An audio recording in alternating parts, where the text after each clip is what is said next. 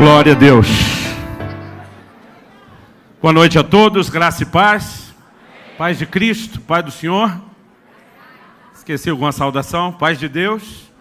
Shalom Adonai. Ou como a nova geração se comporta, e aí? Eu queria começar fazendo duas perguntas. A primeira, você está feliz com Jesus? A segunda também é muito importante. Jesus está feliz com você? Alguns fizeram o cara que tem que pensar, não é não?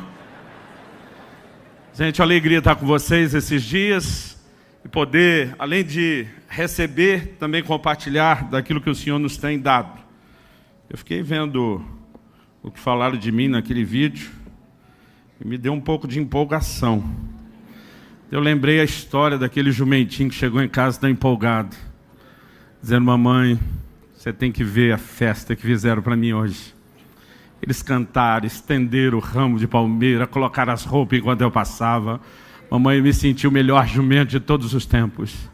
Aí disse: meu filho, alguma vez te aconteceu isso antes? Ele disse: não, nunca. E por acaso você estava carregando alguém? Ele disse: sim, um tal de Jesus. Aí disse: pois meu filho, aprenda a lição, que sem Jesus você não passa de um jumento. Aí eu lembrei daquilo, estragou todo o meu momento. Antes de compartilhar a palavra, eu quero fazer duas coisas. A primeira, eu queria ler um versículo que não tem a ver ainda com a pregação. Está lá em Romanos capítulo 16. Na verdade, são dois versículos, 3 e 4. Ele diz: saúdem Priscila e Áquila, meus colaboradores em Cristo Jesus. Arriscaram a vida por mim. Sou grato a eles, não apenas eu, mas todas as igrejas dos gentios. Algo fantástico que a gente percebe no ensino das Escrituras, e podemos destacar nessa percepção de Paulo, é algo que não deveria faltar na vida de nenhum de nós. A necessidade de reconhecer que precisamos ser gratos a pessoas. Ele está dizendo: eu sou grato a Priscila e Áquila. Eles arriscaram a sua vida por mim. Ele diz: não é só eu que sou grato, não. Tem muita gente das igrejas que hoje, sendo abençoado pelo meu ministério, também é grato a eles. E meio que ele provoca, de uma forma indireta, a gratidão de outros ao quanto eles se doaram. E antes de pregar, eu queria só falar de algumas pessoas presentes. Tem muita gente amada, querida e que eu respeito, mas esse não dá para evitar falar. Em primeiro lugar, minha esposa Kelly está comigo. Fique em pé, meu amor.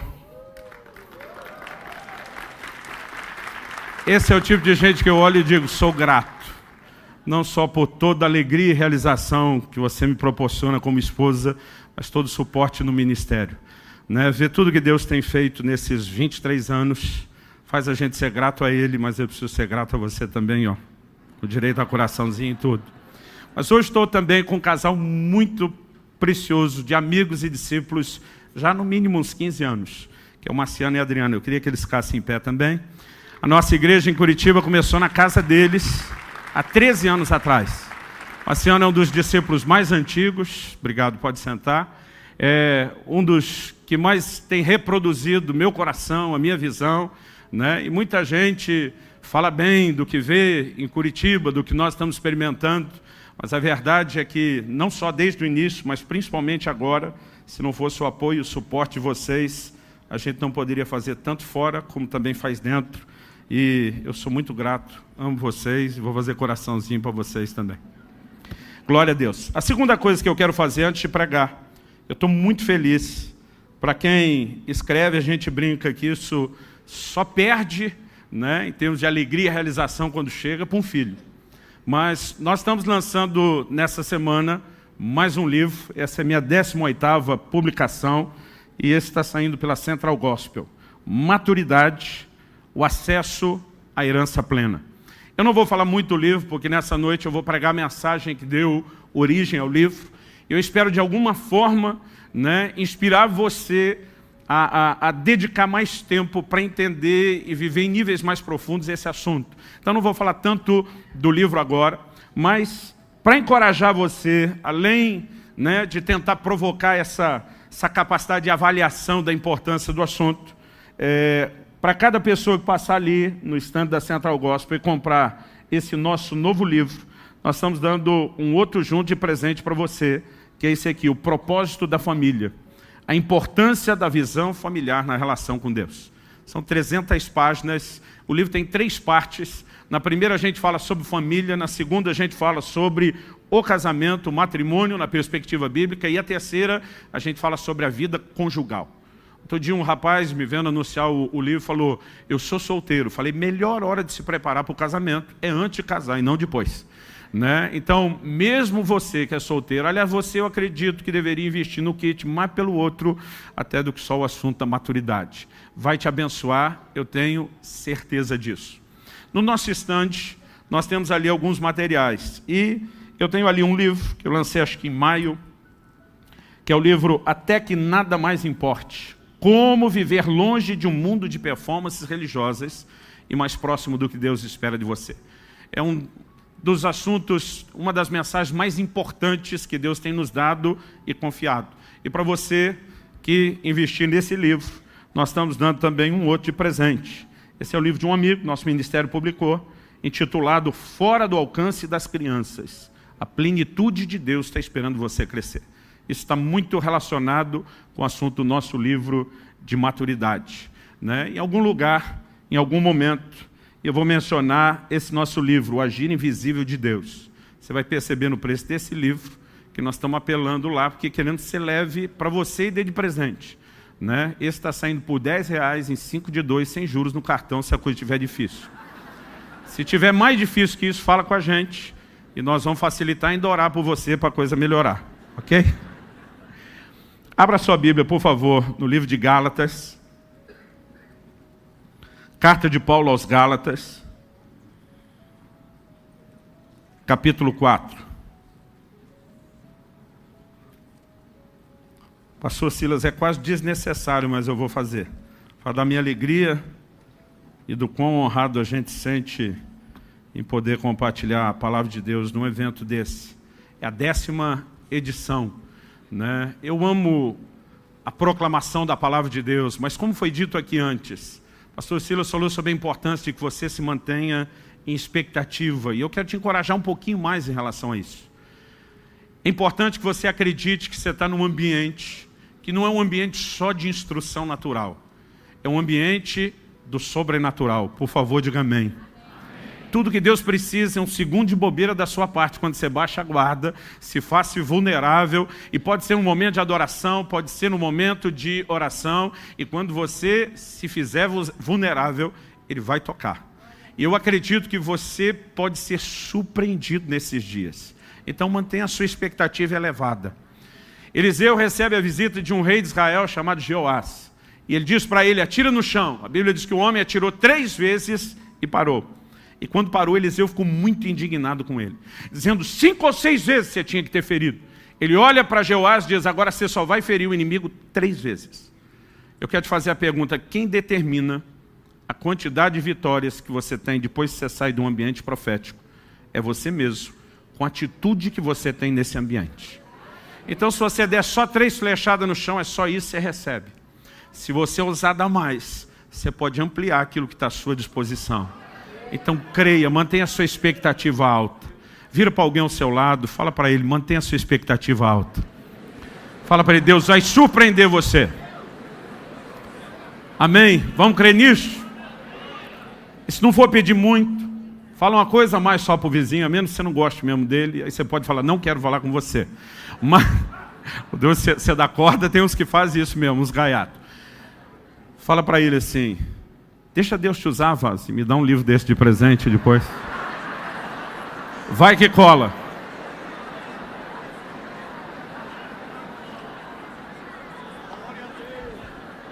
Gálatas capítulo 4. Nós vamos ler do versículo 1 até o 7. Quem achou, diga amém.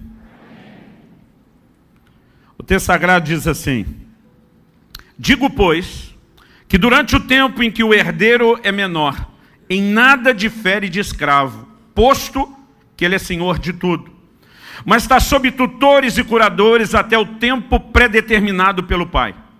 Assim também nós, quando éramos menores, estávamos servilmente sujeitos aos rudimentos do mundo.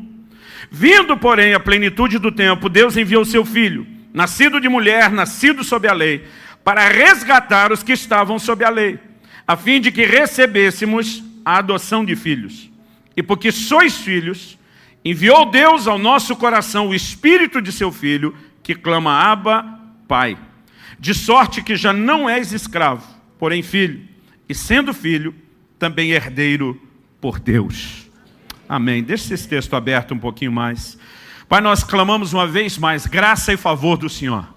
Clamamos que o Espírito Santo, o Espírito da verdade, se mova não apenas nesse lugar e ambiente, mas no íntimo de cada um de nós, trazendo entendimento espiritual, revelação da Tua Palavra, trazendo aplicação personalizada da Tua Palavra dentro de cada um de nós.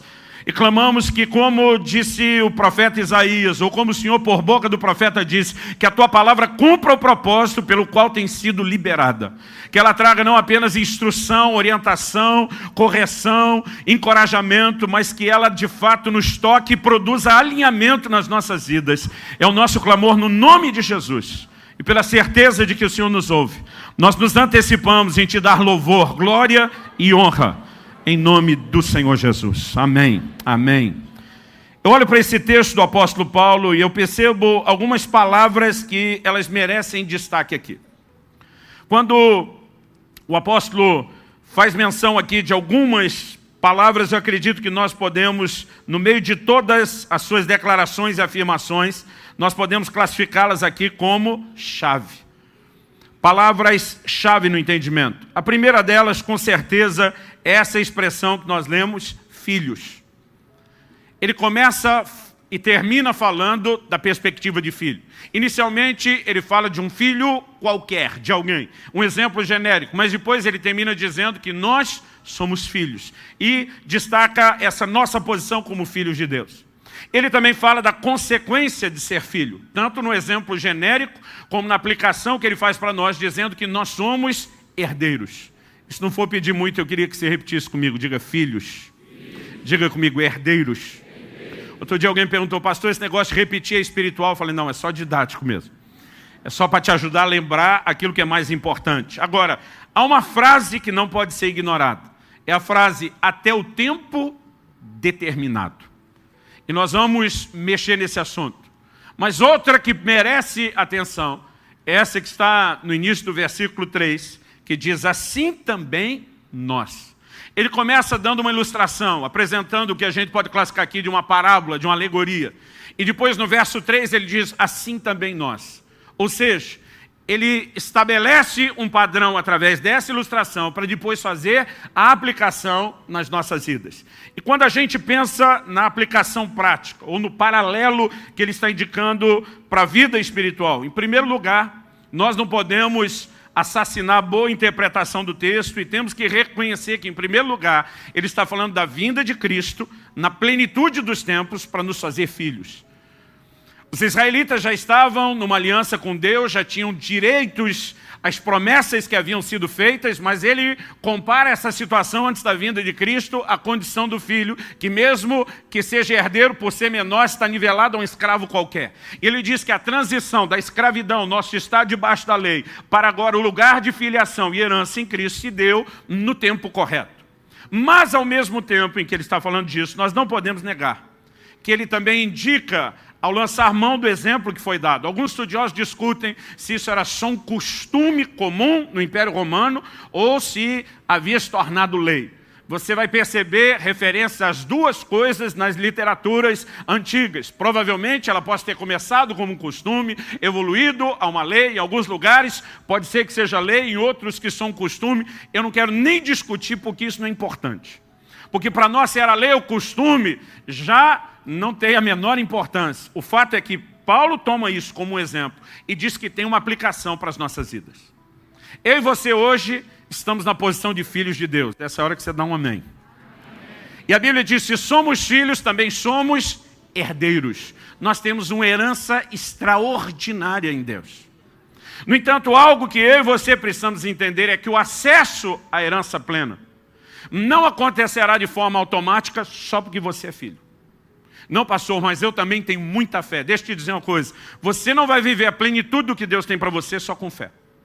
Ninguém vai negar que fé é essencial, é crucial e é vital. A Bíblia diz, pela graça sois salvos mediante a fé. A Bíblia diz, o justo viverá da sua fé. Sem fé é impossível agradar a Deus. Nós não vamos discutir a importância da fé. Agora eu quero te garantir, e vou citar poucos textos para te provar isso, que só com fé você não alcança tudo que Deus tem para a sua vida.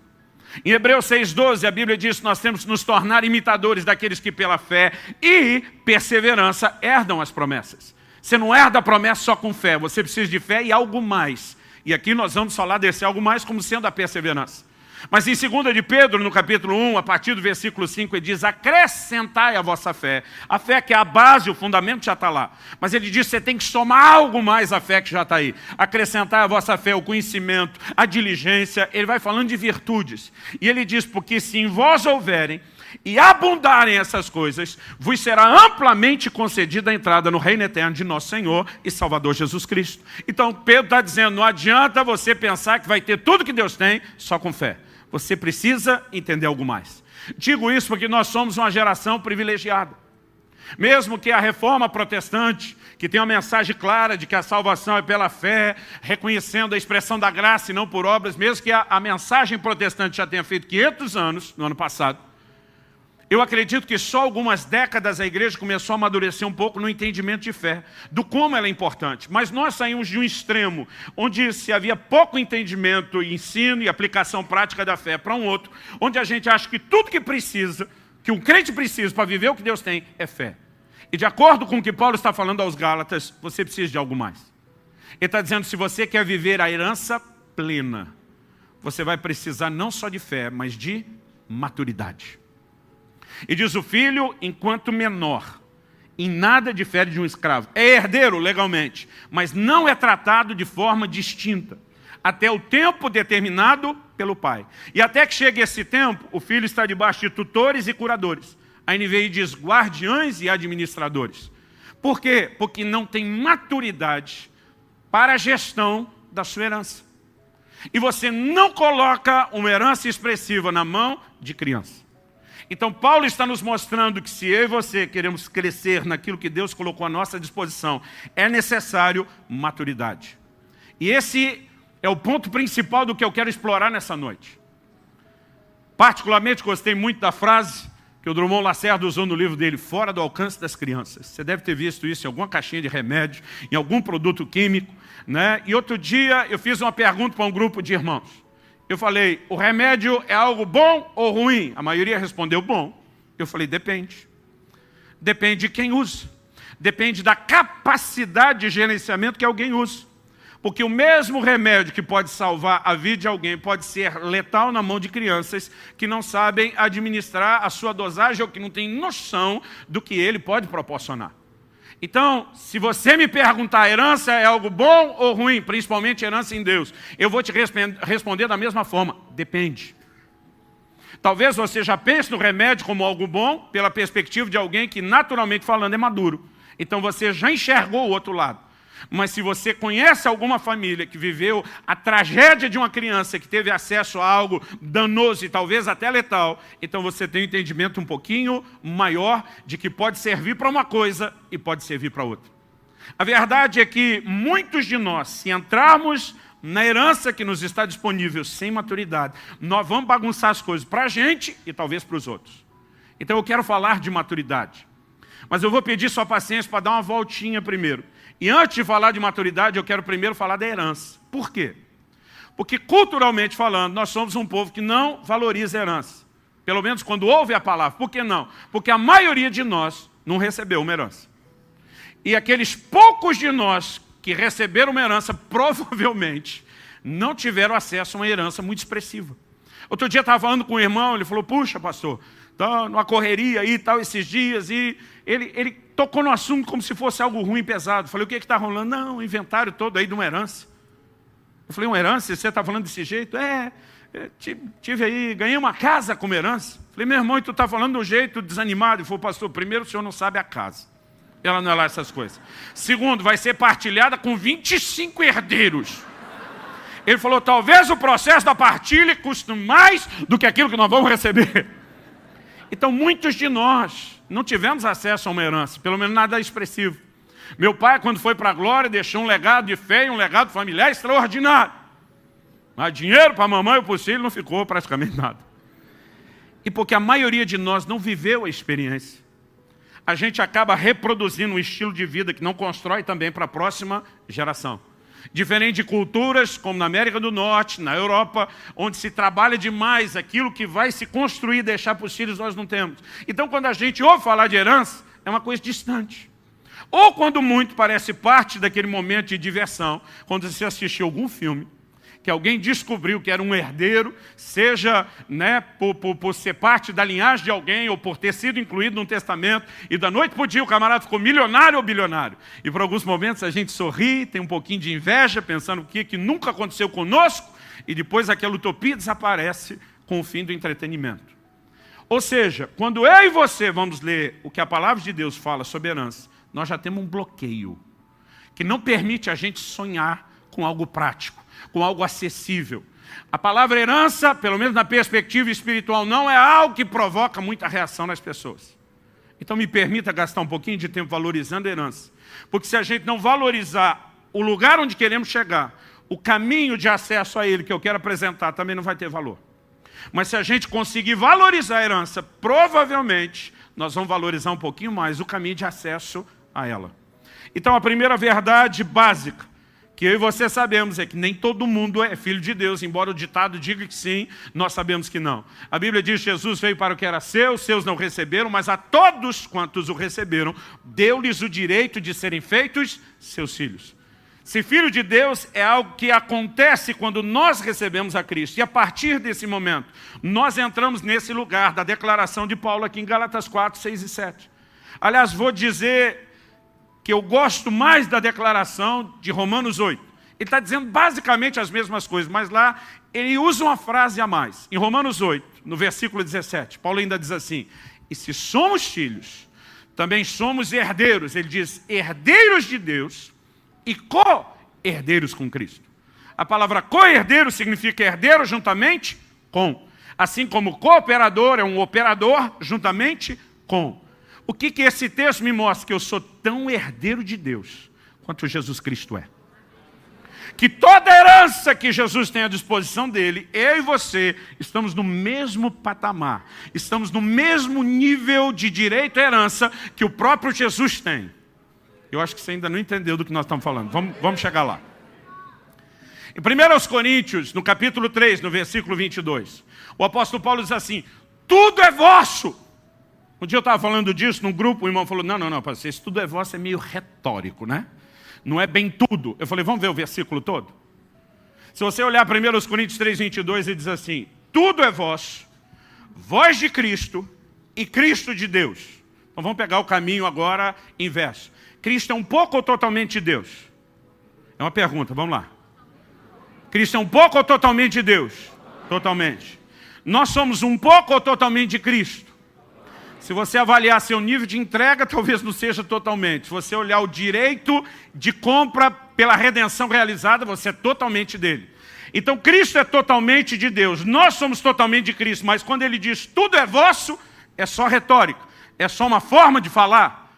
Irmão, eu e você não conseguimos ainda entender o que é que está à nossa disposição. A herança que nós temos é algo extraordinário. Outro dia alguém falou, não, pastor, mas isso é para quando chegar no céu. Eu falei, eu não nego que é um aspecto futuro da herança. Mas daí a você descartar o aspecto presente, também é ignorância. Porque em 1 de João 3,2 a Bíblia diz assim, amados, agora somos filhos de Deus. E diz, e ainda não é manifesto o que havemos de ser. Irmão, para pensar nisso. Hoje nós somos filhos e depois não foi revelado o próximo nível. Vai ter alguma atualização. Vai ter algum upgrade. Então hoje é filho, daqui a pouco ele diz, vocês não têm noção do que vem. Outro dia eu estava falando disso e o irmão ficou empolgado. Falou, nós vamos ser a quarta pessoa da Trindade. Eu falei, menos. Mas deixa eu te dizer, se ser filho é agora e a gente nem sabe o que vem depois, você vai deixar para usar o direito de filho só para depois. Está na hora de nós começarmos a entender o que está à nossa disposição agora. Hoje. E um dos textos que mexe comigo é quando eu fico lendo lá em Lucas 15, a parábola do filho pródigo. E vejo o que eu vi uma vez um pastor classificado de a teologia do cabrito. O que é a teologia do cabrito? Quando o filho mais velho chega em casa, vê aquela festa toda, ele pergunta para um dos servos, quem é que está pegando? O cara diz, está sabendo? Não, seu irmão voltou. E seu pai está dando a maior festa. Pensa num irmão aborrecido, indignado. Daqui a pouco o pai fica sabendo, vai para o lado de fora da festa, porque ele se recusou a entrar. O que está vendo, meu filho? O menino indignado. E diz, esse seu filho, nessa hora já não é mais nem irmão dele, esse seu filho, que desperdiça tudo que tinha, da forma como fez, o Senhor recebe de volta com festa. Eu que estou aqui todos esses anos, te servindo com fidelidade, o Senhor nunca me deu um cabrito para eu festar com os meus amigos. O que é a teologia do cabrito? Ela envolve o comportamento daqueles crentes, que não entende o que é deles. O pai olha para ele, se fosse um pai paulista teria dito, não estou entendendo. O pai olha para ele e diz, meu filho, tudo o que é meu é teu. Olha todos esses rebanhos, tudo que você consegue enxergar, é tudo teu. Eu não tinha que te dar nada daquilo que já é teu. Você não entendeu o que você tem, você nunca usufruiu o que você tem. Você podia ter feito churrascada com seus amigos a hora que quisesse, mas você não sabe o que é teu. O problema não sou eu como pai que não te dou as coisas, o problema é que você não entende o lugar que você tem. E tem muita gente vivendo nesse lugar, espiritualmente falando. Um dos textos que mais me empolgam quando fala de herança, está lá em Mateus 15.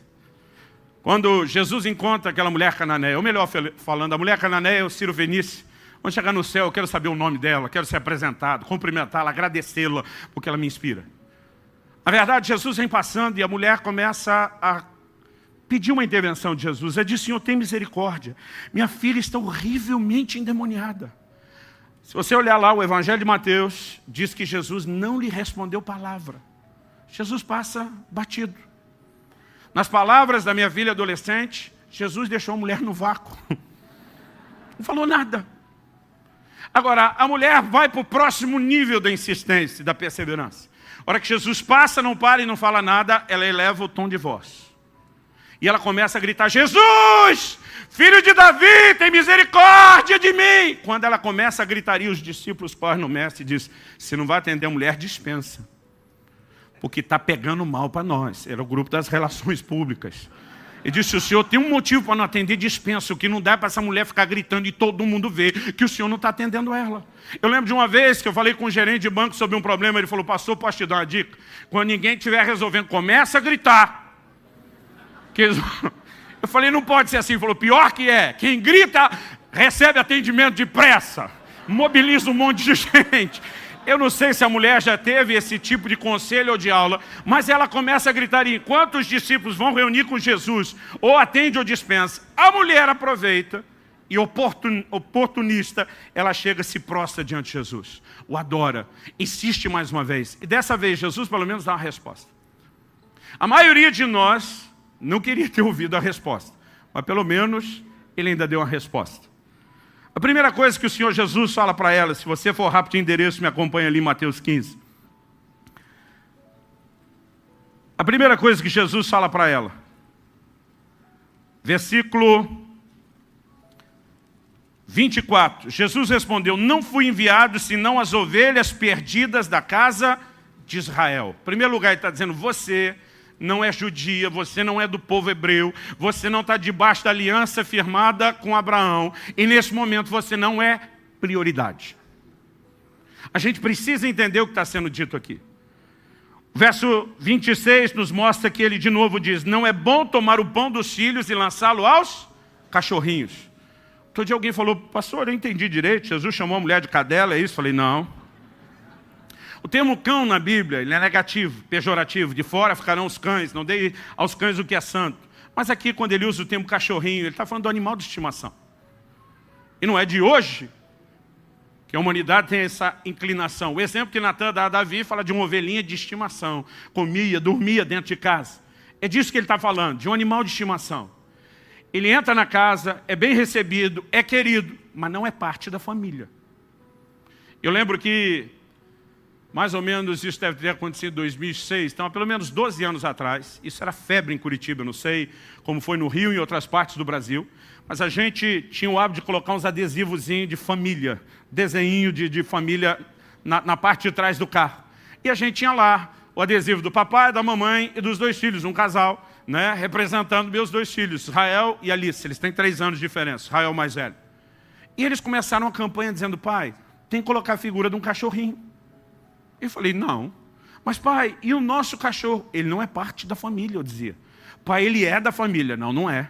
Pai, ele mora dentro de casa, mas não é da família. Pai, ele não é da família. Um dia eu vi um deles chamando o cachorro e botando o sobrenome Subirá. Eu falei, pode parar! Isso não é sobrenome de cachorro, não! Mas pensa numa discussão, porque eles não desanimavam. Um dia eu falei, vamos resolver o assunto é hoje. Vamos deixar alguém ser juiz sobre a nossa discussão. E vamos deixar nada mais, nada menos do que Jesus responder. Vim desse texto. Falei, Jesus disse, não é bom tomar o pão dos filhos nas aulas cachorrinhos. Ele diz, não estão no mesmo nível, não estão no mesmo patamar. Falei, me recuso a colocar o adesivo do cachorro do lado do meu filho. Eles olharam para mim e disseram, apelou, hein, pai? Mas pensa na discussão que acabou depois da gente citar a declaração de Jesus. O que Jesus está dizendo para essa mulher? O que eu e você precisamos entender é que no plano de Deus há uma ordem. Paulo escreve aos Romanos e diz que Deus não faz acepção de pessoas e que salvação é para todo que crê. Por favor, diga amém. Só que ele diz, primeiro do judeu, depois do gentil. Salvação é para todo mundo. Deus faz acepção? Não. Mas tem ordem? Tem. Primeiro do judeu, depois do gentil. Jesus deixou claro, e ele fala isso em Mateus 10, quando envia os seus discípulos, ele diz, não pare em aldeia de samaritano, não se enrosque com os gentios no meio do caminho, e diante das ovelhas perdidas da casa de Israel. Há um desdobramento no plano de Deus. João diz que ele veio para o que era seu, seus não receberam. Então há um desdobramento para os gentios, para o resto do mundo, que inclui eu e você. Nesse momento, Jesus está no ministério focado aos judeus. O tempo dos gentios ainda não entrou. E Jesus está dizendo para essa mulher, eu não posso te colocar no mesmo nível que os outros. Agora, o que é que ela responde? Olha o verso 27. Ela, contudo, replicou, sim, senhor. Porém, os cachorrinhos comem das migalhas que caem da mesa dos seus donos. Então lhe diz Jesus, ó mulher, grande é a tua fé. Faça-se contigo como queres. A Bíblia diz, e desde aquele momento sua filha ficou sã. Vamos tentar entender o que Jesus falou, que a mulher respondeu. Ele diz, eu não posso nivelar você com os judeus. Eles, nesse momento, por causa de uma promessa e uma aliança feita com Abraão, têm a posição de filhos na casa. Você, como gentia, pode andar, transitar, ser querida, aceita por eles, como um cachorrinho de estimação é numa casa. Mas você não está no mesmo nível deles. A mulher olha e diz, mas cá entre nós, os filhos não estão aproveitando tudo que o Senhor está dando, estão? Ela diz, tem comida caindo da mesa. Ela diz, eu não quero usurpar o lugar dos filhos. Mas já que eles não estão aproveitando, me deixa pegar sobra, rebabo. Segura, espera. A pergunta que eu quero fazer para você, se com sobra que cai da mesa dos filhos, já tem cura e libertação para a casa de alguém, o que não está à sua disposição, quando você entender o direito dos filhos e se sentar à mesa para usufruir o que é seu. A igreja ignora a sua herança. A igreja ignora aquilo que tem em Deus. Poucos são aqueles que estão se deixando despertar. Há uma herança extraordinária. Pastor, como eu entro nela? Agora eu quero te dizer, não é só com fé.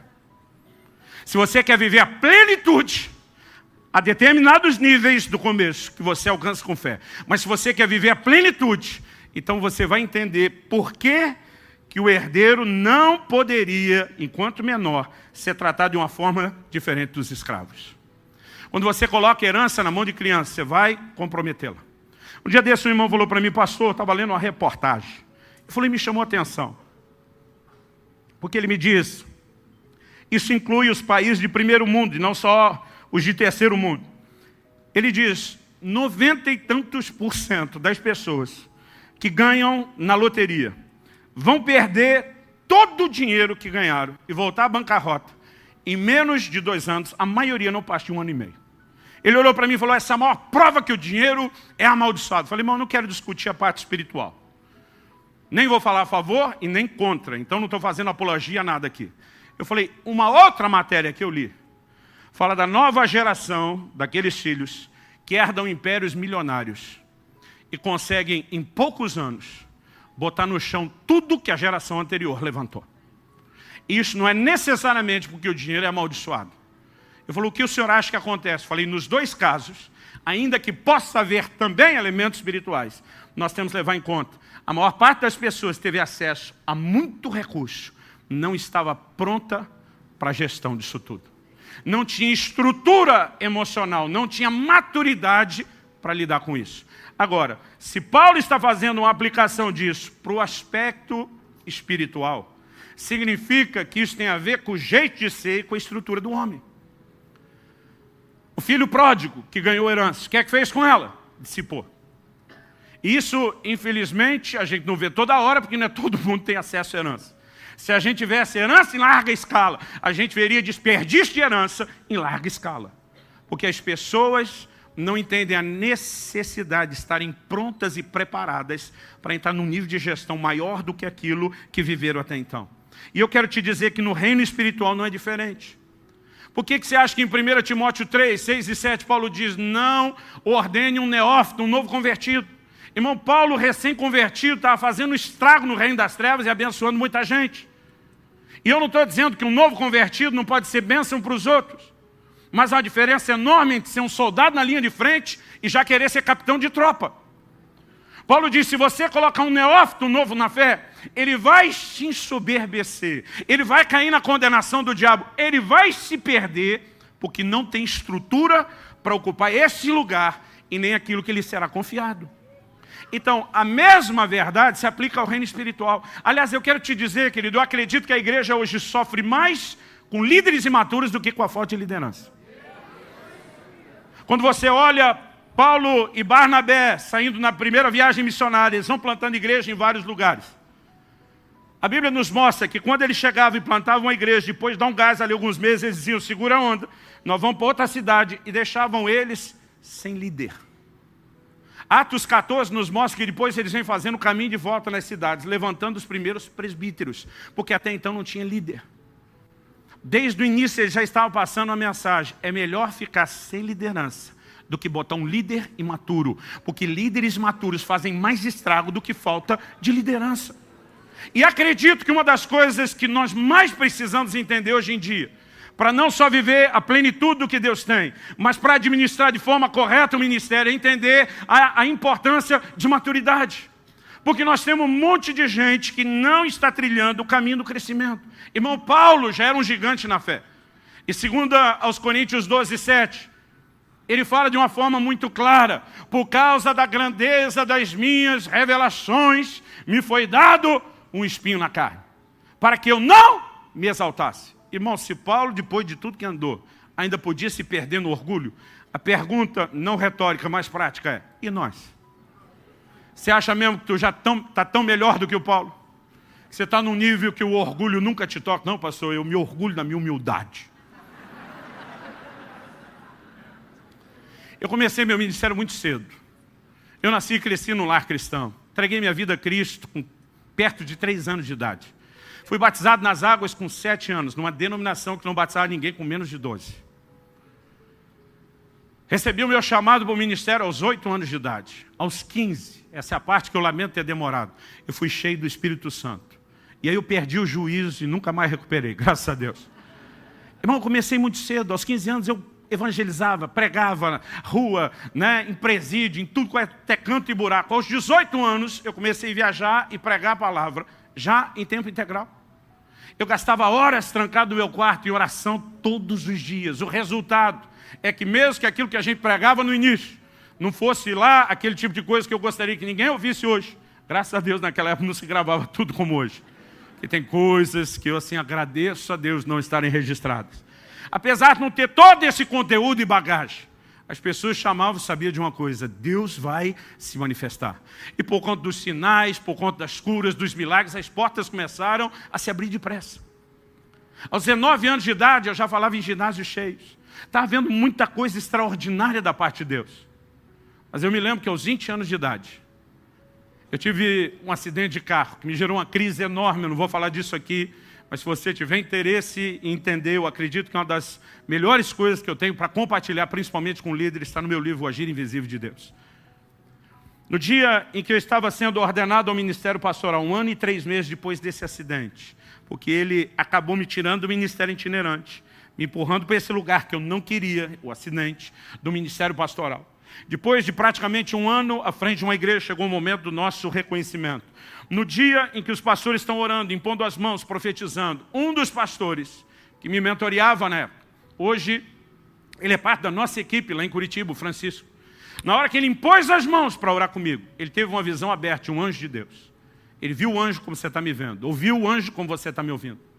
E o anjo, entre outras coisas, falou para ele, primeiro de nós 3, falou que você tem uma preocupação muito grande com esses ministérios. E hoje eu entendo a preocupação dele. Eu tinha 20 anos de idade na época, solteiro. Eu brinco, Silas, que hoje nem eu teria ordenado eu mesmo, o eu daquela época, ao ministério. Éramos muito imaturos. E o anjo falou, você tem uma preocupação muito grande com eles, mas o Altíssimo te faz saber que eles estão nas mãos do Senhor. Ele está cuidando deles, não há motivo para que você se preocupe. E quando aquilo tranquilizou ele, o anjo apontou para mim. Primeiro para os 3. Estávamos em 3 ajoelhados recebendo oração. E ele disse assim, eles estão no lugar certo, na hora certa, fazendo a coisa certa. E daí ele apontou para mim e disse assim, quanto porém a este? E o caldo entornou para o meu lado. Ele disse assim, ele é rebelde. Ele não aceita o tratamento de Deus na vida dele. Eu nunca tinha ouvido essa frase na minha vida.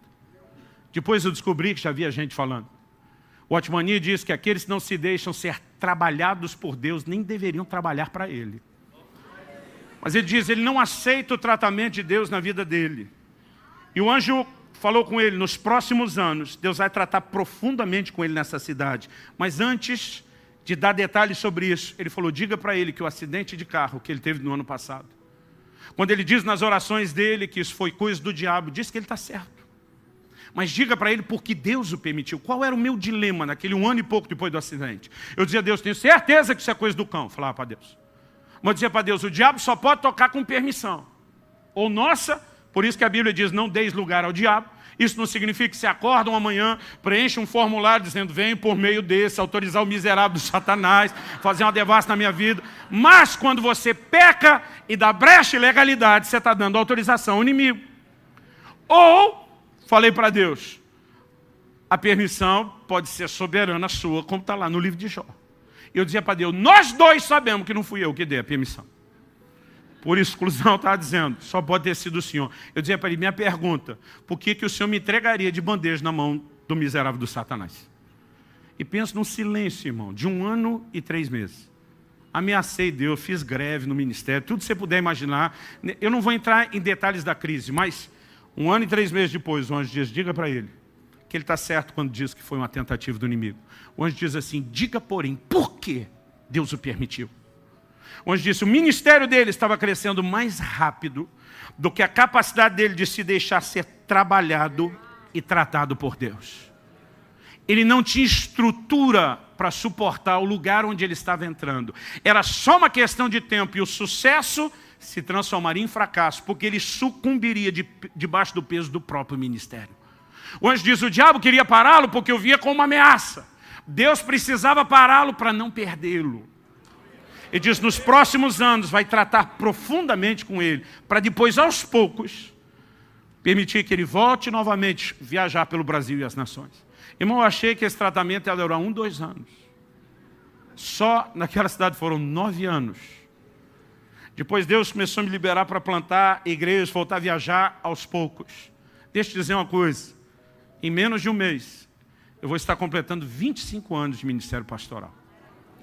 E depois de tanto tempo de espera, está chegando a hora que o Senhor está dizendo, agora você pode começar a fazer um pouco mais. E nesse momento, eu olho para trás, eu olho para dentro de mim mesmo, e eu descubro como eu preciso amadurecer. Algo que você não enxerga quando você está no estágio da imaturidade é ela. Eu lembro que minha esposa disse, quando meu filho estava falando em casamento, ela olhou para mim e falou, ele é uma criança. Eu falei, da mesma idade que você tinha quando casou. Ela falou, bem que minha mãe dizia que eu era uma criança. Eu falei, você só não enxergava. Nós éramos 2 crianças. Mas quando você está nesse lugar, normalmente você não enxerga. Mas deixa eu te dizer, querido, se nós não nos permitirmos ser trabalhados por Deus, nós não vamos poder usufruir a plenitude, nem dessa herança de vida cristã, e nem do lugar ministerial onde podemos entrar. O Senhor diz para Paulo, vou até te deixar ter um pouquinho mais de experiência, mas vou ficar furando, murchando sua bola o tempo todo, para você não se perder no processo. Então, maturidade é aquilo que mais se requer de quem quer viver a plenitude da herança. Agora, a pergunta é, como a gente alcança a maturidade? E esse é o ponto prático. Em primeiro lugar, a gente tem que reconhecer que maturidade não vem sem tempo. Quem está entendendo, diga amém. Jesus disse em Marcos, no capítulo 4, versículos 26 a 29. O reino de Deus é semelhante a um homem que plantou uma semente. A semente brota e germina.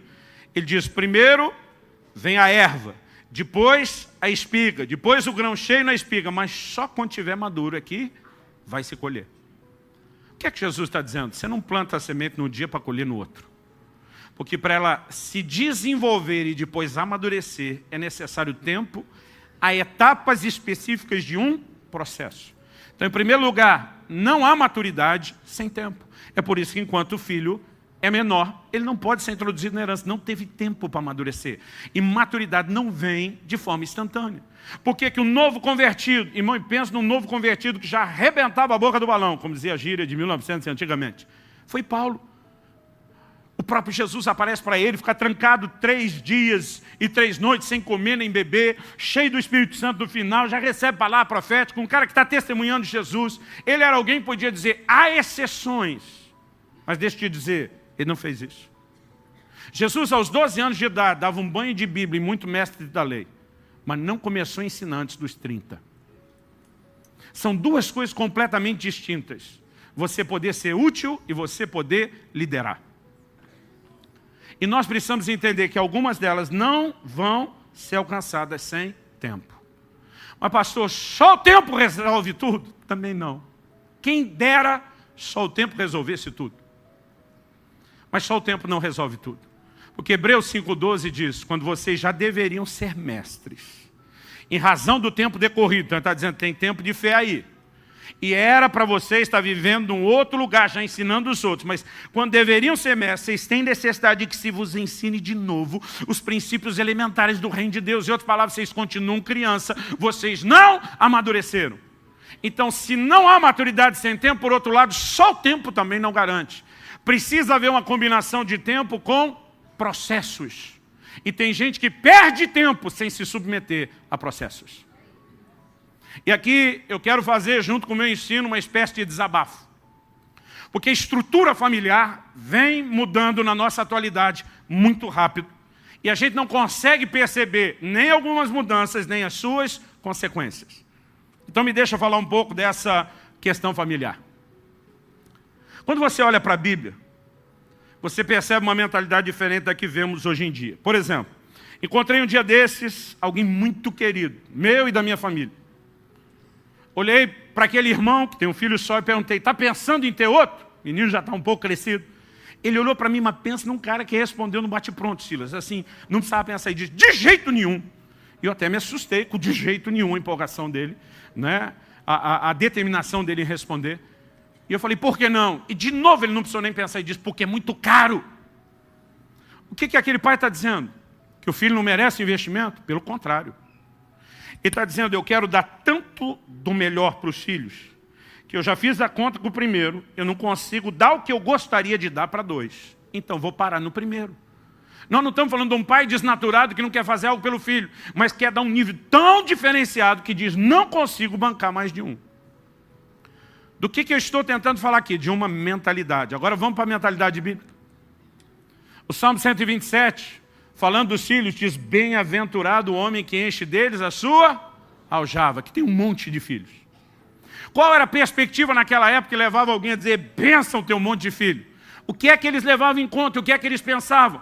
O texto diz assim, não será envergonhado quando tratar com seus inimigos a porta. Na hora de resolver a treta, para falar num português mais claro, quanto mais cabra-macho estivesse em pé atrás daquele pai de família, mais garantida a situação estava.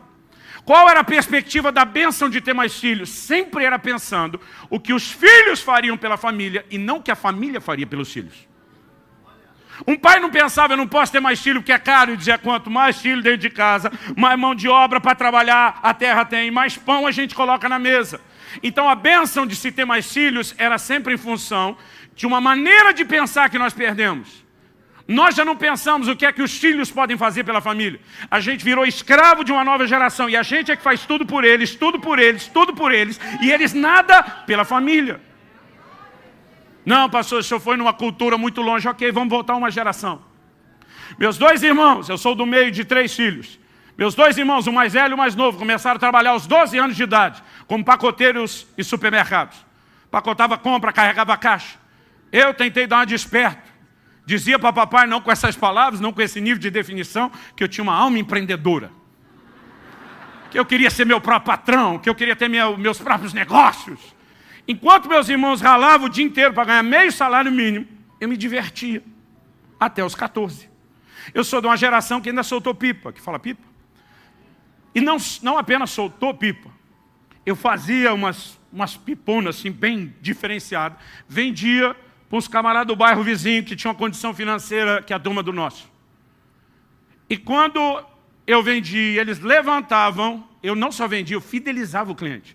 Porque quando eles levantavam, eu descia com a minha, cortava com o cerol e aparava, dava uma arrumada e vendia de novo. Tudo dentro da lei.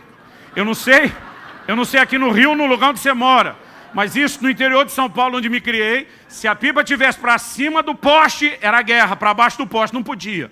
Então só cortava acima do poste, tudo dentro da lei. E vendia de novo, às vezes vendia a mesma pipa 5 vezes para o mesmo cliente. Eu ainda peguei a época de jogar bolinha de gude. A gente falava bolinha de gude? Fubeca, como que é? Eu rapelava os amigos na bolinha de gude, ganhava tudo. Aí dizia para ele, vai comprar na loja não que é mais caro, te faço metade do preço. Vendia para ele, rapelava de novo, vendia de novo. Irmão, eu ganhava dinheiro me divertindo. E eu achava uma bobagem meus irmãos estar o dia inteiro ralando. Mas um dia entro em casa, aos 14 anos de idade. Tem um amigo do meu pai na sala, eu cumprimento, todo mundo, meu pai diz, ei, volta, cumprimento direito, seu chefe. Falei, seu quê? Meu quê? Seu chefe. Falei, não estou entendendo. Ele falou, acabei de arrumar um emprego, é isso que ele veio acertar, você começa amanhã. Uma quarta-feira, Silas, para eu começar na quinta, não deu nem o fim de semana. Eu olhei, primeira pergunta, vou ganhar quanto? Para ver se valia a pena. Ele falou, não interessa. Como que não interessa? Eu falei, pai, o senhor sabe que eu ganho mais do que meus irmãos me divertindo. Ele falou, esse é o ponto. Trabalho não tem a ver só com o que você ganha. É uma escola de caráter que você não está tendo. Você tem que ter horário, tem que ter chefe, gente para quem prestar conta. Então, a partir de amanhã, tu começa a trabalhar. E dizia, a partir de hoje, depois de tirar o dízimo, que é a parte de Deus, você só vai ficar com esse pequeno percentual. O resto você vai ajudar em casa. Eu lembro que eu olhei para meu pai indignado e falei, você não precisa. Ele falou, eu posso não precisar, mas você precisa. Você tem que aprender que filho não é um bicho sanguessuga que só fica arrancando tudo da família. É alguém que depois de uma idade vai contribuir, vai trabalhar para a família, vai oferecer algo. Agora, mas o que aconteceu com essa mentalidade? A nova geração não faz nada. Os meninos não cortam a grama, não põem lixo para fora, não arrumam a cama, os meninos não lavam a louça, não ajudam a cozinhar, e os pais é que faz tudo por eles o tempo todo. Um dia desse alguém na igreja reclamou, falou, pastor, essa nova geração está muito mimada. Falei, quem foi que mimou? Agora a escultura saiu ruim, a culpa é da pedra. E o escultor não paga a conta? Eu falei, se a nova geração é mimada, é porque vocês, a geração anterior, estão estragando elas. Os pais de hoje em dia estão ficando mole demais. Irmão, deixa eu te dizer algo, é sério o que eu estou te dizendo. O assunto não é esse. Mas se você me desse uns 3 dias inteiros para nós ser exaustivo, eu te mostro isso com muito afinco na palavra de Deus. Há uma visão de criação de filhos que nós estamos perdendo. Por quê? Nós somos parte de uma geração que acha que foi muito reprimida, que nossos pais foram muito duros, e que a gente decidiu dar uma versão de vida mais soft e suave para a próxima geração. E o que a gente não entende é que a firmeza que tiveram conosco construiu um caráter. E a falta de firmeza que nós estamos deixando de ter com eles está produzindo alguma coisa errada. Gente, se você é um desses do que eu vou falar agora, faz cara de paisagem, finge que não é com você, para não parecer que está passando vergonha. Não dá para entender garotos de 30, 40 anos morando na casa dos pais, jogando videogame. Eu não consigo entender isso. Nós temos uma lacuna de uma geração de homens, mulheres de Deus e pregadores, aí tem um vazio. E um ou outro garoto aqui ou lá parecendo fazer algo. O que é que está acontecendo? A gente não percebe que há uma estrutura de pensamento que está desprogramando a gente por um monte de coisa. E a gente tem que resgatar uma forma correta de lidar com os filhos. Meu filho, quando fez 18 anos, ele foi estudar fora. Desde os 14 ele tinha ganho uma bolsa de estudos. Antes dele mudar, eu tive uma conversa com ele. Falei, filho, a escola vai ser de graça. Mas morar custa, viver custa. E o que você ganha, e vai continuar ganhando, prestando serviço, você trabalha, né, desde os 16. Eu falei, o que você ganha, não dá para se manter lá. Ah, pai, Deus me abençoou com esse mantenedor aqui. Eu falei, eu sou grato a Deus por ele. Mas juntar o que você ganha e o que ele te dá, não é suficiente para te bancar lá, ainda mais com esse dólar. Eu tenho que entrar com tanto. Minha parte e minha cota é essa. Isso significa o quê? Você vai ter que fazer um orçamento. Você vai ter que viver com tanto. Agora, preste atenção. Porque aos 18 anos, o menino já estava falando de casar. Eu falei, eu te dou todo o meu apoio, te dou a bênção para você ir à frente com essa garota. Mas, primeiro você tem que aprender a ser homem. E você acha que com 18 anos de idade, você é muito adulto, mas não é tão crescido como você acha. Falei, então se você quer levar essa história, tanto de morar fora, como casar cedo adiante, e eu apoio, eu vou ter que te botar na estufa. Vocês usam essa expressão aqui? Enrolava a banana no jornal, botava debaixo do fogão para acelerar o processo de amadurecimento. Falei, vou ter que te botar na estufa. Ele me olhou com a cara de, hã? Falei, deixa eu usar um versículo apócrifo, para você entender. Tirado do filme Tropa de Elite. Eu batendo na sua cara e dizendo, 02, pede para sair. E vendo até onde você aguenta. Vai ser mais ou menos assim. Você quer o jogo? Eu posso acelerar o processo. Mas você quer jogar o jogo? Quero. Você vai aguentar? Vou. Falei, eu acho que você não sabe o que está falando, mas eu acredito que você vai lutar para isso. Falei, pois bem, primeira lição. Não adianta você pensar em formar uma família se você não cuida de um orçamento nem como solteiro. Então, primeira coisa, você vai ter que aprender a cuidar do seu orçamento. Se você gastar mais do que aquilo que você pode, eu não vou te socorrer. Não me ligue pedindo dinheiro. Eu falei, você sabe, quando eu te prometo algo aqui em casa, é que nem o decreto dos reis da Média e da Pérsia, irrevogável. Porque, querido, se deixar, eles vão construindo todo um estilo de vida que às vezes nós estamos apoiando e ajudando eles a ir para o lugar errado. Um dia eu cheguei em casa, minha mulher, não é que ela está triste, mas ela não está feliz. Minha mulher sempre é sorridente, empolgada. Cheguei, ela não estava feliz. Não estava triste, mas não estava feliz. Sabe esse mistério? Olhei e falei, tem algo diferente aí. Tudo bem, amor? Tudo. Falei, não está tudo bem. Não, está tudo bem, não está, amor? Tem alguma coisa te incomodando. Pode não ser grave, porque você não está triste. Mas tem algo te incomodando que você não está feliz. Apertei um pouquinho, ela soltou, não, estou com a dó do Israel. Nosso filho estando fora. Falei, dó do quê? Ele lá longe, sozinho, com privações. Falei, amor, tinha que ter dó de nós, estudamos nas escolas estaduais. O menino está na América, no primeiro mundo. Não, é por causa que ele fez um comentário hoje. Qual foi o comentário? Não, a gente estava falando e pelo vídeo ele viu a fruteira. E quando ele viu as frutas, falou, nossa mãe, que saudade dessas frutas do Brasil. Aqui a fruta é cara, não dá para comer toda hora. Ai, que dó do bichinho. Irmão, nem discutir com a mulher. Passei a mão no telefone, saí de fininho. Subi bondade de cima, eu moro num sobrado, chamei ele pelo WhatsApp. Ele atendeu, e aí pai, tudo bem? Falei, tudo bem, coisa nenhuma. Falei, a próxima vez você chorar com a sua mãe, que não tem fruta para comer, não vai te faltar só fruta para comer não, moleque. Eu falei, tu quer casar? Quero. Aprenda a ser homem. Homem não chora com mulher, você chora comigo, chora com os amigos. Mas para elas nós damos o ombro, nós seguramos o tranco. Se você chorar com a sua mãe, se você chorar com a sua irmã, se você chorar com a sua noiva, você vai ver o que é bom para você. Aprenda a ser homem, rapaz. Eu não estou dizendo que homem não chora, irmão. Eu estou dizendo com quem você chora.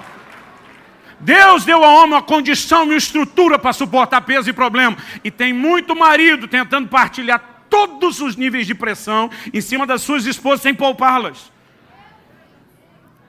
Depois de um tempo, minha esposa diz, eu acho que Israel se acostumou lá, nunca mais reclamou. Primeiro mês, tudo bem com o orçamento. Segundo mês, tudo bem. No terceiro mês, Faltava 3 dias para terminar o mês. E aí a gente falava praticamente todo dia no telefone. E ele falou, começou a conversa. Os pais já sabem que tem algo diferente. Quando o filho começa assim, então, pai. Então o quê, meu filho? Ele falou, eu sei que ainda falta 3 dias para terminar o mês.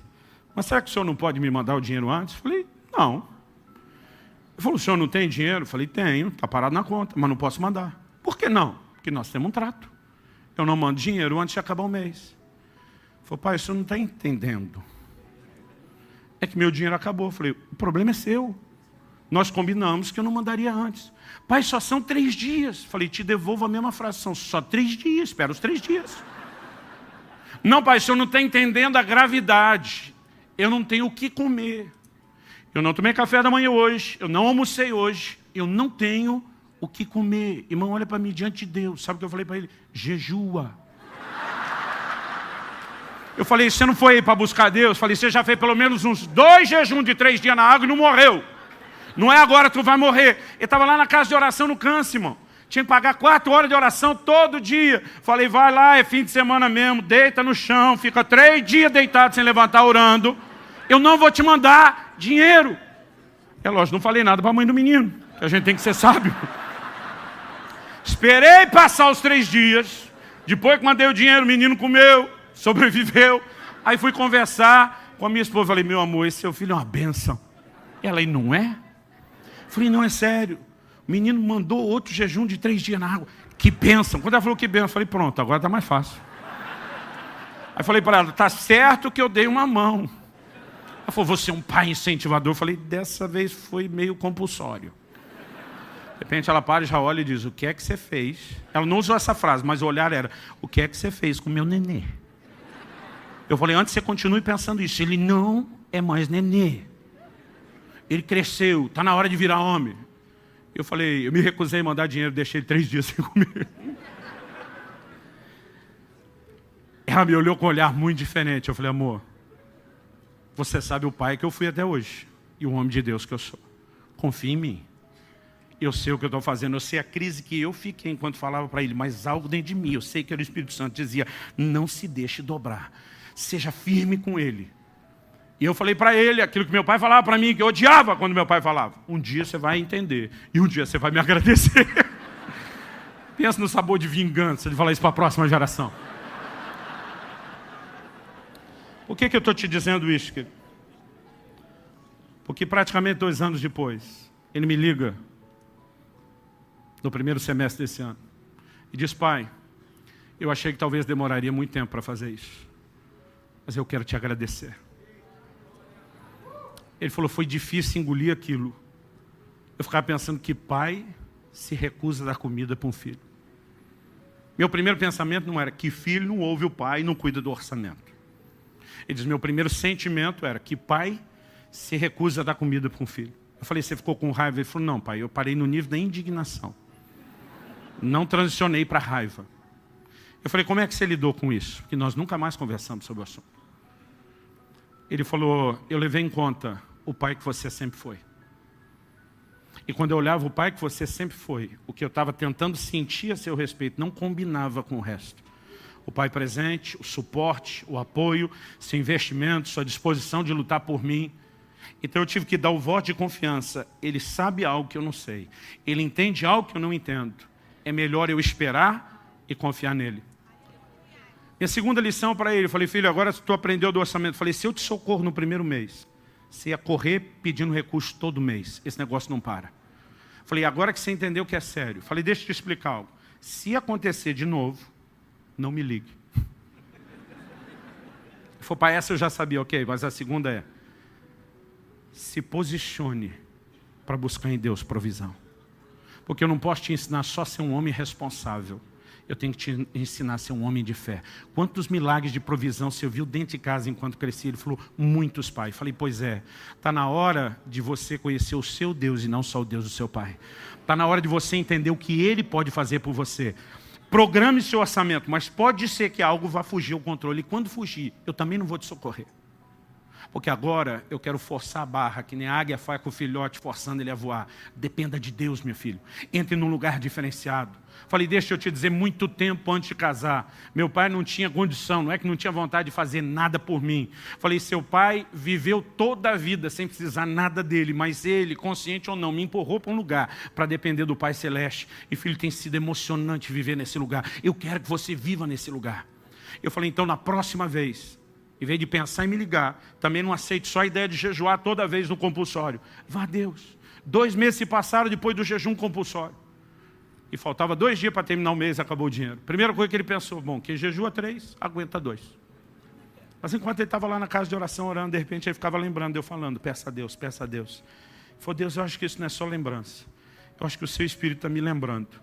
E quer saber, eu não quero jejuar na marra dessa vez. Eu tenho feito vários jejuns por amor, por desejo da sua presença, para te buscar, mas dessa vez não quero jejuar não. Eu quero é teu milagre, é tua provisão. E ele entrou num lugar de começar a orar e clamar a Deus. Enquanto ele estava orando e clamando, irmão, de repente a fé parece que começou a brotar e romper dentro dele. E de repente o Espírito Santo falou, sai agora e vá para a cafeteria. Ele saiu, foi para a cafeteria, para encurtar a história e a gente terminar. Ele pegou a fila, enquanto ele estava na fila. Quando chegou, o rapaz estava à frente dele, ele era o próximo da vez. Pediu tudo que tinha que pedir, de repente parou, ele nunca viu ou conheceu o rapaz.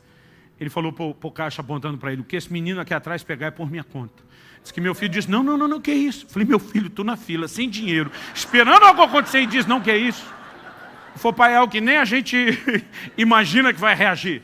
Aí o cara falou, não, eu vou pagar o seu café. Insistiu tanto, saiu constrangido, falou, então tá, pediu só um café, só um copo de café.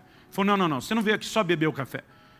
Você com certeza quer comer? Não, só o café tá bom. Esse cara falou, eu não vou insistir com você. Perguntou para o funcionário. Ele deve vir aqui todo dia, vem. O que ele gosta de comer junto? Não, esse tipo de muffin aqui, então dê um desse aí. Pagou os 2, pegou o troco, enfiou no bolso dele e falou, isso é o que Deus falou com você agora há pouco na casa de oração. Irmão, esse menino surtou, a fé dele surtou. Em 1 ano que ele ficou lá, ele teve 3 de experiência dessa, de pegar fila sem saber como pagaria. E é lógico que a fé dele começou a crescer. Irmão, eu olho para trás e vejo coisas que Deus me permitiu passar, que esticaram a minha fé, que fortaleceram o meu caráter, me colocaram num lugar de dependência de Deus. E deixa eu te dizer, se você me perguntar se você queria voltar lá atrás e ter uma vida soft, tranquila, não. Sabe por que a maioria dos crentes não entende Tiago 1:2, meus irmãos, tem por motivo de alegria o passardes por várias provações, porque a nova geração está sendo tão mimada dentro de casa. E não é mais submetida a determinados processos que os pais submetiam os filhos antigamente. E eles acham que Deus vai tratá-los com o mesmo mimo que os pais. E quando Deus lhe permite passar por processos que ele não está acostumado, ele entra em crise, ele muitas vezes questiona Deus, a fidelidade de Deus, ele decepciona, porque na verdade o que ele não entende é o padrão de Deus, nem para a criação dos filhos, nem a forma como Deus quer que os seus filhos amadureçam. Então nós precisamos entender e resgatar essa questão dos processos. Por favor, diga amém. Porque se não conseguirmos resgatar isso nem dentro de casa, da família, nós não vamos entender o paralelo. E por que eu contei a história do meu filho? Enquanto ele falava com ele no telefone. Porque ele voltou da lua de mel. Quando ia casar, faltava $500 no orçamento dele. Ele estava morando na América. Eu falei, filho, como é que você vai fazer com os $500? Eu não vou bancar você. A Bíblia diz, deixará o seu filho, deixará o homem, seu pai e sua mãe, se unirá a sua mulher. Eu falei, você quer se unir, tem minha aprovação, mas nós vamos cortar o cordão umbilical. Eu não vou te bancar. Você vai ter que ser homem para manter a sua casa. Ele falou, pai, enquanto eu estou com visto de estudante, eu não posso trabalhar. Mas quando sair o green card, minha nora tem cidadania americana, ele falou, eu vou fazer isso. E o tempo que leva, eu tenho uma reserva. Não se preocupe comigo. Falei, ok. Ele volta da lua de mel, me liga e diz, pai, pastor da Priscila, minha nora, me fez uma proposta. Quer que eu pastoreie os jovens e adolescentes da igreja? E me ofereceu um salário de $2.500 por mês. Eu falei, que bênção, filho, ainda vai sobrar 2 contos. Ele falou, pai, a bênção é maior. Quando ele falou, a bênção é maior, estou imaginando mais dinheiro. Ele falou, eu falei para ele que só aceite se for como voluntário. Eu falei, o quê? Falei para ele, só aceite se for para trabalhar de graça. Falei, meu filho, você tem família para sustentar agora. Ele falou, pois o pastor me disse a mesma coisa. Eu vou te dizer o que eu falei para ele. O Senhor me ensinou primeiro a ser homem e ter orçamento. E eu faço as contas. Mas o Senhor também me ensinou a ser homem de Deus. E o Espírito Santo me dirigiu a tomar essa decisão. E o Senhor mesmo, quando me mandou para cá, falou, vá com a mentalidade de dar, não de receber. Eu falei, pai, quando eu estava aí no Brasil, dei meu primeiro salário. O Senhor viu a bênção que eu recebi? Imagina o que é eu, como homem de família agora, dar meu primeiro ano de sustento todo. Eu falei, sua mulher está de acordo? Ele disse, tá, deixa eu falar com ela. Ela, ai pai, nós estamos tão felizes, parece que a gente ganhou na loteria. Eu pensei, bando de doido, vocês se merecem. Eu que provocava o menino, agora estou pensando, criou um monstro. Naquele mês ele postou uma música no canal dele no YouTube, que em um ano bateu 50 milhões de views. A música puxou o resto do canal. Para resumir a história, só do YouTube ele ganhou mais dinheiro do que ganharia da igreja, de monetização. Fora os outros milagres. No início desse ano ele me liga e diz, pai, tudo começou naquele jejum. Se você tivesse amolecido e não me ensinado a ser homem, e depois não me empurrar a depender de Deus, eu não estaria vivendo nada do que eu estou vivendo hoje.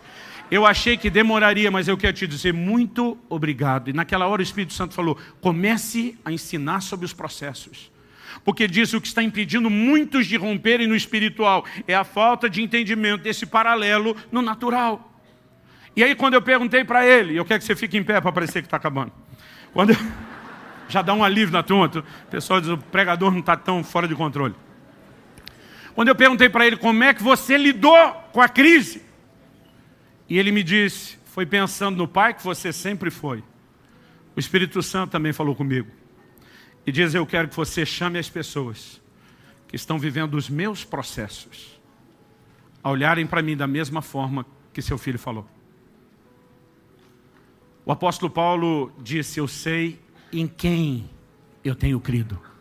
Preste atenção, ele não falou no que eu estou crendo, porque você não crê numa coisa, você crê numa pessoa. Alguém que está acima de qualquer suspeita. A fé se apoia no caráter de Deus. Quando Paulo diz, eu sei em quem eu estou crendo. Porque deixa eu te dizer, irmão, não é o que você passa. É se você tem ou não tem estrutura. Jó e a sua esposa passaram pelas mesmas coisas. E nós não vamos fingir que foi pouca coisa. Mas a mulher de Jó olha para ele e diz, amaldiçoe seu Deus e morre. Sabe o que ela está dizendo? Se ele não me der tudo que eu quero, do jeito que eu quero, na hora que eu quero, ele não me serve. E tem muito filho sendo criado desse jeito. Jó olha para ela e fala o que muito marido já quis falar para sua esposa. Você fala como uma louca. E diz, ainda que ele me mate, eu louvarei. Sabe o que Jó está dizendo? Pode parecer que ele esteja me matando. Pode parecer que ele queira acabar comigo. Mas a verdade é que eu não estou entendendo a verdadeira natureza do caráter de um Deus que diz, eu é que sei os pensamentos que eu tenho acerca de vós. São planos de bem e não de mal, para vos dar um futuro e uma esperança. E diz, então mesmo que pareça isso, eu vou louvá-lo. Porque na real, eu sei que o meu Redentor vive. Ele há de se levantar sobre a terra. Irmão, quando nós começamos a entender a natureza de Deus, nós não podemos nos permitir sentir abandonados no meio de circunstâncias difíceis. Ele diz, nunca te deixarei, jamais te desampararei. Sabe o que eu acho interessante? Às vezes eu e você estamos lendo a Bíblia, a gente vê lá, e o Senhor era com José. A gente só não lembra que o Senhor era com José enquanto ele era escravo. O Senhor era com José enquanto ele estava na prisão. Porque o Senhor não é com você, querido, só quando as coisas estão boas. Em alguns processos que forjam o nosso caráter, que vão esticar nossa fé, Ele ainda está conosco. E nós precisamos entender aonde isso pode nos levar, se nós tivermos a atitude correta. Porque diante da mesma circunstância, você tem a mulher do Jó agindo de uma forma e ele de outra. A questão é sua atitude. 12 espias voltaram de olhar a terra de Canaã. 10 deles infamaram a terra e foram mortos pelo Senhor. 2 deles foram os únicos de uma geração inteira que entraram na terra. Pergunta, tanto os 2 como os 10 não tinham o mesmo Deus? Sim ou não? Sim. Não tinham as mesmas promessas? Não tinham o mesmo problema? O que eles tinham diferente? Atitude. Deus diz que a terra é nossa? É, então não importa a circunstância. Deus é sério no que Ele fala. Deus não está de brincadeira. Deus está conosco, nós vamos consumi-los como pão. Uma atitude de fé e confiança. O caráter de Deus não está em jogo. Quando aqueles outros voltam falando mal, estão dizendo, Deus está de brincadeira, Deus está de palhaçada, prometeu uma coisa impossível. Que não... O que eles estavam colocando em xeque era o caráter de Deus. Agora, eu e você precisamos nos permitir crescer enquanto entramos nesse lugar de confiança plena.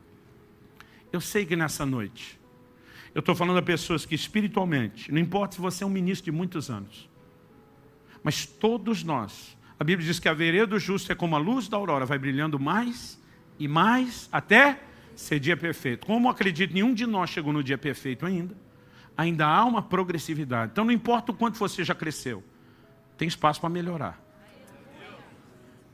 Mas muitas vezes nós passamos aquilo que no natural os médicos chamam de as dores do crescimento. Os pré-adolescentes passam isso. Dói osso, dói junta, dói musculatura, porque eles estão esticando depressa. Um dia um falou, parece que estão me esticando. Eu falei, então... E muitas vezes, no meio desse processo, eu e você sentimos as dores. Irmão, não vou ignorar as crises que a gente pode passar. Esse meu livro do Agir Invisível de Deus, que eu mais falo dessas crises. Mas eu quero te dizer, quando você aprende não apenas a confiar que Deus não te abandonou, mas que Ele vai gerenciar aquilo que você está vivendo. Porque a Bíblia diz, todas as coisas cooperam juntamente para o bem daqueles que amam a Deus, são chamados segundo o seu propósito. O que meu filho falou no telefone aquele dia foi, pai, se você tivesse me poupado do desconforto do processo, você teria me poupado do amadurecimento do processo. Eu quero te agradecer, porque você foi homem o suficiente. Ele falou, não sei como foi que você segurou a mãe depois da notícia. Pensa na ursa roubada dos filhotes. Eu quero dar uma palavra às mães agora. Vocês têm uma capacidade de despejar amor e carinho nos filhos. E Deus colocou vocês na família para ser esse estandarte, esse baluarte. Mas deixa eu te dizer uma coisa, minha irmã. E eu reconheço, não fosse o amor da mãe, meus filhos tinham crescido tudo lesado. Mas embora seja importantíssimo, não é tudo que os filhos precisam.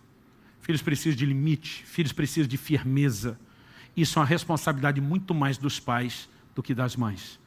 Então você, pai, desculpa a minha franqueza, para de ser mole. Não estou falando para ser a versão ignorante ou estúpida, mas seja firme em relação a princípios. E você, mãe, pelo amor de Deus, não fique brigando com seu marido como se fosse enviado das trevas para destruir a vida do seu filho. Porque poupá-los dos processos é que vai trazer mais dano do que você imagina. Uma das coisas que não aparece no mapeamento de casamento desmorona hoje é o nível de imaturidade com os quais as pessoas casam. E nós precisamos mudar isso no natural, dentro de casa, mas acima de tudo no espiritual. Mas voltando nas dores do processo, eu quero orar rapidamente com aqueles que estão vivendo um momento de dizer, pastor, eu tenho sentido as dores do processo. Eu não vou chamar você à frente por razões óbvias, nós não temos espaço para isso. Eu não estou falando a meia dúzia de gente enfrentando as dores do processo. Mas eu gostaria que não para mim. Quero até pedir que as pessoas possam permanecer de olhos fechados nessa hora. Eu quero pedir que não para mim, mas para Deus. Se você está vivendo um momento desse onde você diz, pastor, eu tenho sentido as dores do crescimento, as dores do processo. Eu gostaria que você levantasse sua mão bem alto onde você está. Não para mim, para Deus.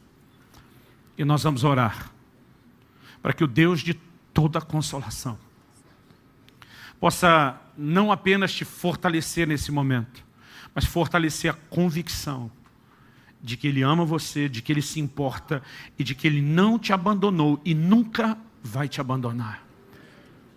Espírito Santo, vem sobre nós. Espírito Santo Consolador, vem sobre nós. Permite-nos nessa noite ter mais do que um discurso ou uma palestra. Toca as nossas vidas, Senhor. Vivifica a Tua palavra. Traz aquela aplicação personalizada que só o Senhor pode produzir dentro de nós. Nós oramos pela manifestação da Tua graça, do Teu favor. Nós oramos que não apenas nossos irmãos sejam fortalecidos pelo entendimento do Teu amor, da Tua soberania, do Teu controle, mas que eles sejam confortados pela doçura do Teu amor, pela manifestação da Tua graça. Que toda mentira que o inimigo tem usado através de uma leitura equivocada das circunstâncias de abandono caia por terra. Que aquela fé que só a Tua palavra pode produzir e gerar seja acendida novamente dentro de cada um de nós, a ponto de cada um poder afirmar como Paulo, eu sei quem eu tenho crido. E ao mesmo tempo em que oramos por fortalecimento, nós oramos, ó Deus, por uma geração que redescubra os processos de maturidade, porque sem maturidade jamais teremos acesso à herança plena. E, Senhor, nós nos recusamos ficar num lugar de mediocridade, nós nos recusamos estacionar num lugar tão aquém de tudo aquilo que o Senhor sonhou, planejou e preparou para nós. Então nós suplicamos, intensifique os teus processos, intensifique os teus processos, enquanto o teu Espírito trabalha em nós, que a tua graça nos sustente, assim como Paulo, para quem o Senhor disse, minha graça te basta, que ela se manifeste na nossa vida, mas que a maturidade venha, e que juntamente com ela, possamos usufruir da plenitude da herança. Nós clamamos no nome do Senhor Jesus. Se você crê e concorda, diga amém. Amém. Você pode dar ao Senhor um forte aplauso.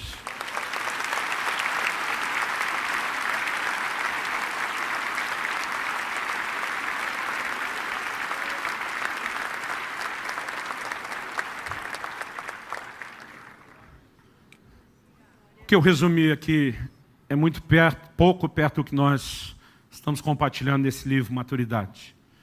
Querido, eu não ganho nada com os meus livros. Minha única motivação, eu digo isso para você diante de Deus, é tentar te ajudar a crescer. Mas eu acredito que esse é um assunto que Deus quer que a gente preste atenção. Eu entendo que o que Deus tem me dirigido a falar sobre o assunto, ou mesmo escrever, não é só parte de instrução e ensino. É parte de um momento que nós podemos classificar de alinhamento profético, que Deus quer trazer e produzir na igreja. Então, eu quero fazer um apelo ao seu coração, né? Nós vamos te abençoar com outro livro junto, está lá no estande da Central. Eu acredito que vale a pena o investimento que você vai fazer nisso. Amém? Fala para uns 2 ou 3 se achar que tem liberdade. Deixa Deus te usar, Vaso. Foi um prazer servi-los da mesa do Senhor, do pão sagrado da palavra. Que Deus abençoe cada um de vocês. Aleluia! Confira esta outra linda pregação, que pode tocar seu coração e inspirar sua fé.